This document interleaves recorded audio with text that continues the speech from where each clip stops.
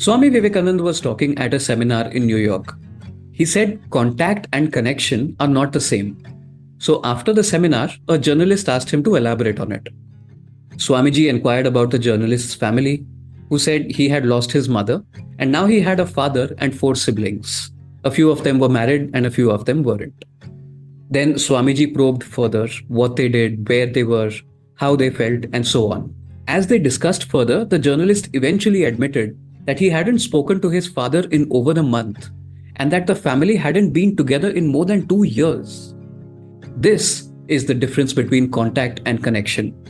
The journalist was in contact with his family, but the connection was missing. A connection, Swamiji said, is between hearts, sitting together, sharing meals and caring for each other, touching, shaking hands, having eye contact. If you would look at us today, you would agree that the connection is missing, right? I mean, we have contact with so many people online. And the more outspoken we are, especially on social media, the more attention we get and the more important we feel.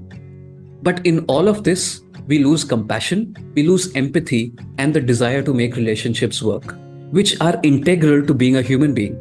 This creates a chasm in people's lives, which they try to fill with mindless entertainment or meaningless relationships or substance abuse.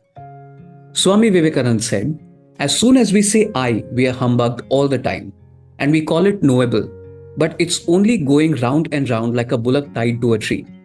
Conquer yourself, and the whole universe is yours. End quote. Guard yourself against the bias to put yourself on a pedestal.